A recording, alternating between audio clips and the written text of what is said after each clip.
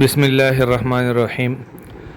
دا پروګرام مونږه د اعمالو او د وظایفو لپاره جوړ کړی دی چې د عوامو مشکلاتو حل د وظایفو په ذریعہ باندې د جید علماء کرامو په مدد سره راوباسو.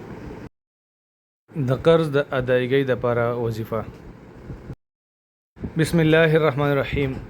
قل اللهم مالك الملك تؤتي الملك من تشاء وتنزع الملك مما تشاء وتعز من تشاء وتذل من تشاء بيدك الخير انك على كل شيء قدير. نظر او د جادونه بچ کېدو دعا. بسم الله الرحمن الرحيم. وإذ أخذنا ميثاقكم ورفعنا فوقكم الطور خذوا ما آتيناكم بقوة واسمعوا قالوا سمعنا وعصينا وأشربوا في قلوبهم العجل بكفرهم قل بئس ما يأمركم به إيمانكم إن كنتم مؤمنين.